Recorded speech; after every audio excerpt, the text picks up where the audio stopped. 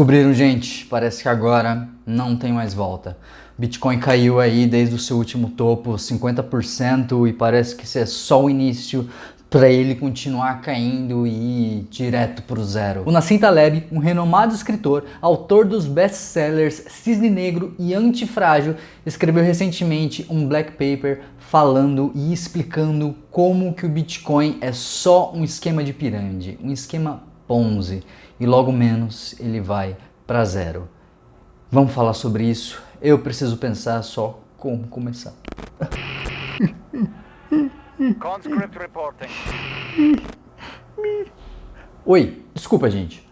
O papo hoje é sério, meu nome é Felipe Curvelo, então vamos lá. Tem muita coisa acontecendo e se vocês moram numa caverna, então deixa eu atualizar vocês. Estamos numa iminência de uma guerra entre a Rússia e a Ucrânia, já que a OTAN fez um convite para a Ucrânia participar da organização. A Rússia não gostou nada disso, porque ela enxergou como sendo uma afronta para a soberania do país. E caso esse confronto aconteça, vários outros países vão intervir junto à Ucrânia e também do lado da Rússia, então a gente pode esperar confrontos de proporções gigantescas e, consequentemente, volatilidade alta nos mercados. Daí tem o Fed, que se pronunciou recentemente, diz que não vai ajustar a taxa de juros agora, mas que, em algum momento, em breve, vai fazer isso e é inevitável. Esse aumento vai causar estresse em vários setores e pode até causar uma crise de proporções globais. E para piorar tudo isso, o mundo está vivendo uma crise de abastecimento de energia. Recentemente, o Cazaquistão, que é o segundo maior país minerador de Bitcoin do mundo, teve que desligar a internet do país porque a mineração de Bitcoin estava consumindo muita energia. Então isso fez com que o hash rate do Bitcoin caísse drasticamente. Esse hash rate já se recuperou, a gente já está nas máximas de novo, mas querendo ou não, esse tipo de atitude liga um sinal vermelho, já que a funcionalidade do Bitcoin depende do poder computacional. Então aí você já vê que o cenário não está muito bom, isso não é nem para o Bitcoin, é para o mercado como um todo, e no meio de tudo isso, o Nassim Taleb publicou um black paper, um relatório falando mal do Bitcoin, e ele mostra através de uma análise minuciosa como que o Bitcoin é um esquema Ponzi e que o seu valor vai a zero em pouco tempo. E vale ressaltar que eu pessoalmente sou um admirador do Nassim Taleb, ele escreveu livros fenomenais, eu me inspiro muito nas obras dele e o problema é só que ele começou a virar um detrator do Bitcoin, tá espalhando para todo mundo que quer ouvir que Bitcoin não é uma boa escolha. Na verdade, estou sendo até bonzinho, ele chama todo mundo que investe em Bitcoin de idiota. Ia ser engraçado se ele falasse só para uma roda de amigos, mas ele leva isso para a imprensa, que é para todo mundo ouvir mesmo. Mas o mais engraçado é que ele escreveu o prefácio do livro Bitcoin Standard, que é um livro, inclusive, que eu recomendo aqui no canal, tem vídeo meu falando bem do livro, porque é realmente um livro muito bom, escrito pelo Saifedean Amos, e cara, se você não leu, eu recomendo muito que você leia, porque é uma leitura esclarecedora, mas você vê, mesmo o cara sendo um baita defensor lá atrás, as coisas mudam e hoje ele é completamente oposto, ele odeia o Bitcoin. E no relatório que ele publicou agora, ele destrincha melhor todo esse ódio, por que que ele não gosta do Bitcoin e como é que ele entende que isso em breve vai ruir, que todo mundo vai perder todo o dinheiro investido lá. Começando pela volatilidade, ele mostra no relatório um gráfico de volatilidade do Bitcoin e realmente a volatilidade do Bitcoin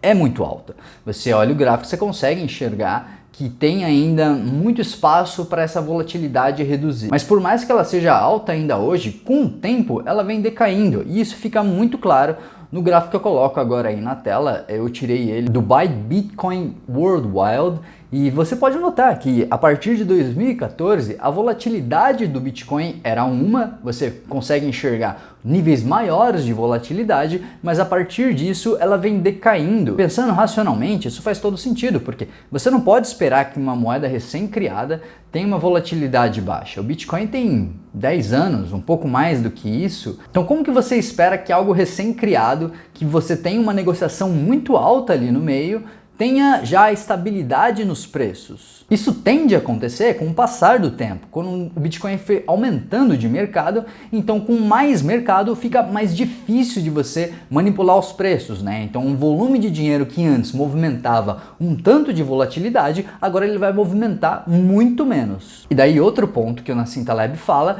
é sobre a manutenção do ouro comparado com o Bitcoin.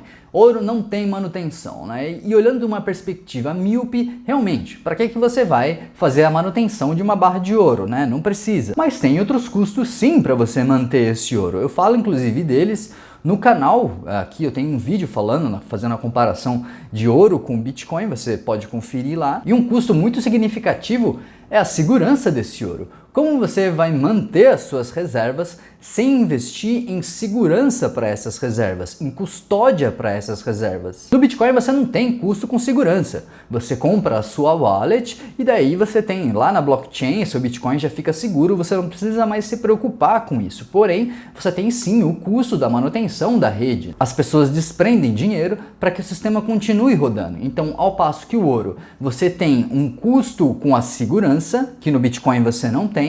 No Bitcoin você tem o custo com a manutenção, que no ouro você não tem. Então você acaba trocando um custo pelo outro. O Nassim Taleb afirma também que com o final das recompensas em Bitcoin, porque hoje funciona assim, né? Você é um minerador, então você vai lá, minera o bloco e daí esse bloco você tem a recompensa com as taxas e também você vai ter bitcoins sendo gerados ali, né? Esse Bitcoin ele é cortado de 4 em 4 anos pela metade, então a gente está recompensa em 6,25 por bloco e daqui a 4 anos, mais ou menos, você vai ter essa recompensa em 3 e um pouco mais de 3 bitcoins por bloco. E quando essa recompensa chegar a zero, e ela vai chegar a zero, isso já é premeditado, o algoritmo do Bitcoin já tem isso escrito lá dentro, isso faria com que os mineradores não tivessem mais incentivo para continuar minerando, já que eles não ficariam contentes só com as taxas e logo, sem mineradores, você não tem mais a funcionalidade do Bitcoin. Bitcoin não tem mais por que existir e nem tem como existir. É isso que o Nassim Taleb justifica dentro do paper. E isso é uma afirmação extremamente temerária, porque por mais que você não tenha novos Bitcoins sendo gerados ali,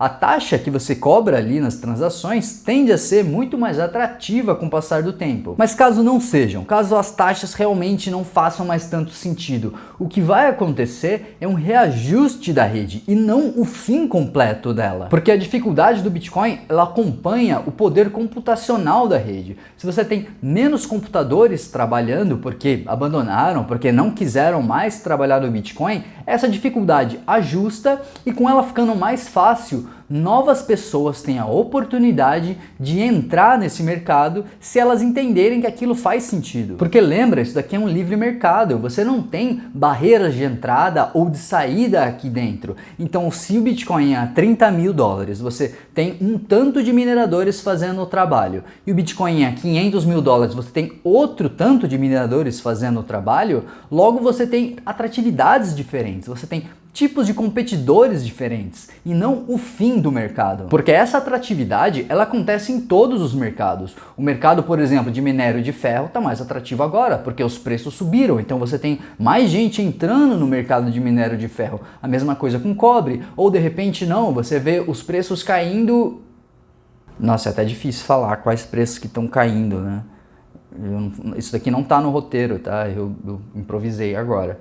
Mas digamos que tem algum preço caindo por aí, então você tem esse preço caindo e daí as pessoas vão falar, putz, o preço está caindo demais, o meu lucro não está mais fazendo sentido. Então as pessoas elas vão acabar saindo desse mercado e gerando oportunidades para outras pessoas. Mas uma coisa que ele fala aqui, eu concordo com ele, é que o Bitcoin é muito lento, que ele não seria muito útil num cenário de moeda global. Eu inclusive tenho um vídeo aqui no canal falando sobre isso, né? Você pode encontrar, vou deixar um card para vocês verem aqui, porque ele realmente não tem a escalabilidade mais perfeita do mundo. Por exemplo, você vai numa cafeteria, até o exemplo que o Nassim Taleb dá no paper dele, você vai numa cafeteria e compra uma xícara de café. Com Bitcoin fica um pouco mais difícil, porque você teria que esperar no mínimo 10 minutos para essa transação acontecer. Isso num cenário do dia a dia acaba sendo inviável.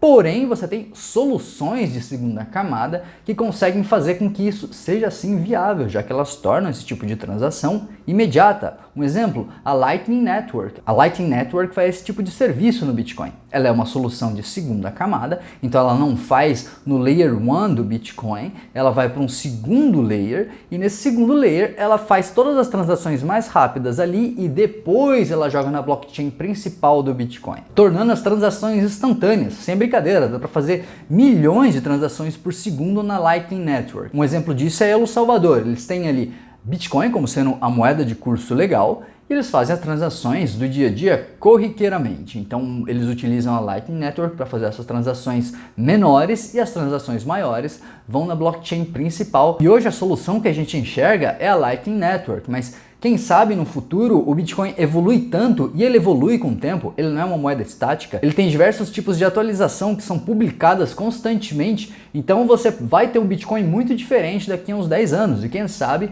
ele não consegue ser um Bitcoin mais rápido, e talvez a gente consiga até resolver esse problema do trilema da escalabilidade, né? Que você não consegue ter uma moeda descentralizada, segura e escalável ao mesmo tempo. Quem sabe no futuro isso não seja mais um problema, e daí o Bitcoin consegue, inclusive, não precisa mais da Lightning Network para ser uma moeda tão mais escalável. Mas isso é só uma possibilidade. Taleb termina o paper dele falando que o Bitcoin não é uma proteção contra catástrofes como a gente viu em 2020, e muito menos contra a inflação. Bom, falar que ele não protege contra catástrofes, eu até concordo em determinado ponto, já que o Bitcoin ele segue sim o cenário de outros indicadores, né? Então você tem ele replicando muitas vezes o que o SP500 faz, né? Então tudo bem, você pode talvez numa catástrofe pontual não ter o Bitcoin naquele momento como sendo uma proteção efetiva, mas no longo prazo, falar que ele não protege contra a inflação, então é porque você não viu o gráfico. Uma análise muito simples no histórico e perceber que a valorização dele foi de 0 lá para 2010 para 40 mil dólares em 2022. Isso não é proteger a inflação? Se você tivesse colocado 100 reais lá atrás, hoje você seria um milionário. Mas se você tivesse guardado esses 100 reais num baú, embaixo do colchão ou algo do tipo, você teria seus 30 reais hoje, né? O valor de compra daqueles 100 reais seria completamente deteriorado. Então ele é sim uma proteção contra a inflação. Na verdade, ele é muito mais do que isso. E a conclusão do relatório do Nassim Taleb fala que o Bitcoin é um ativo muito frágil e que a tendência é que ele vá a zero em pouco tempo. Pois então, vamos pegar um conceito dos próprios livros do Nassim Taleb. No livro Antifrágil, ele tem um conceito que diz que os organismos antifrágeis, eles são compostos por componentes frágeis, como por exemplo, a humanidade. A humanidade é antifrágil, ela se beneficia do caos, mas os seus componentes, os humanos, eles são frágeis por si. O corpo humano também, ele é um sistema robusto, ele é um sistema antifrágil. Pode ver aqui, ó, olha o tamanho desse braço. Não, ridículo. Um outro exemplo, o corpo humano, ele é um sistema antifrágil. Porém, as células, se você isolar elas, elas tornam-se um componente extremamente frágil. Na maioria dos casos, a antifragilidade vem da possibilidade de você conseguir agrupar esses sistemas frágeis que vão compor um outro sistema muito mais robusto, assim como é o Bitcoin. O Bitcoin é exatamente isso. Então o Bitcoin, sendo um sistema antifrágil, ele se beneficiando do caos, ele tem sim componentes dentro dele que são frágeis, como por exemplo, a gente teve o banimento do Cazaquistão lá da internet, que eu falei aqui no vídeo, ou mais antigo ainda, a gente teve o banimento da China. Esses dois eventos impactaram fortemente o hash rate do Bitcoin. Então se você destruir uns computadores aqui ou ali, você vai acabar impactando em alguma coisa o hash rate do Bitcoin, mas no longo prazo isso acaba sendo só ruído. E olha, tem vários outros erros aqui no relatório do Nassim Taleb, como por exemplo, ele utilizar o modelo de cash flow, que é um modelo para você fazer valorização de empresas dentro do Bitcoin. Ele fez um erro grotesco fazendo isso, mas eu resolvi não trazer aqui para o vídeo porque senão ia ficar um vídeo muito técnico, já que eu ia ter que fazer uma análise gráfica sobre o modelo matemático, ia ser um monte de linguajar chato, então eu acabei descartando essa hipótese e trazendo as coisas mais palatáveis para vocês. Mas aí eu queria terminar o vídeo com um questionamento, porque se o Nassim Taleb ele é tão convicto de que o Bitcoin vai a zero em pouco tempo, logo menos, por que então ele não aposta contra o Bitcoin? Porque ele simplesmente não aposta nisso, porque é muito fácil. Você tem ali os contratos futuros do Bitcoin, onde dá para você fazer esse tipo de aposta. Ele vai lá, abre um contrato falando que o Bitcoin vai a zero e além dele provar o seu ponto, falando, olha aí, falei, Bitcoin vai a zero, ele ainda ganha dinheiro em troca disso. Na minha humilde perspectiva, esse seria o melhor jeito de provar o seu ponto. Mas é que alguma coisa me diz que, na verdade, ele não acredita no que ele está falando, muito menos no que ele está escrevendo. E a real preocupação dele é que ele gostaria de ter comprado Bitcoin lá atrás, enquanto ainda valia $1. Então por esse vídeo é isso, eu espero que você tenha gostado. Não esquece de deixar seu like, se inscreve no canal caso ainda não seja inscrito, porque desse jeito você ajuda muito o canal a crescer e a mensagem a chegar a outras pessoas. As minhas redes sociais vão estar aqui todas embaixo na descrição, me segue por lá. Então muito obrigado se você assistiu até aqui, até a próxima, tchau, tchau.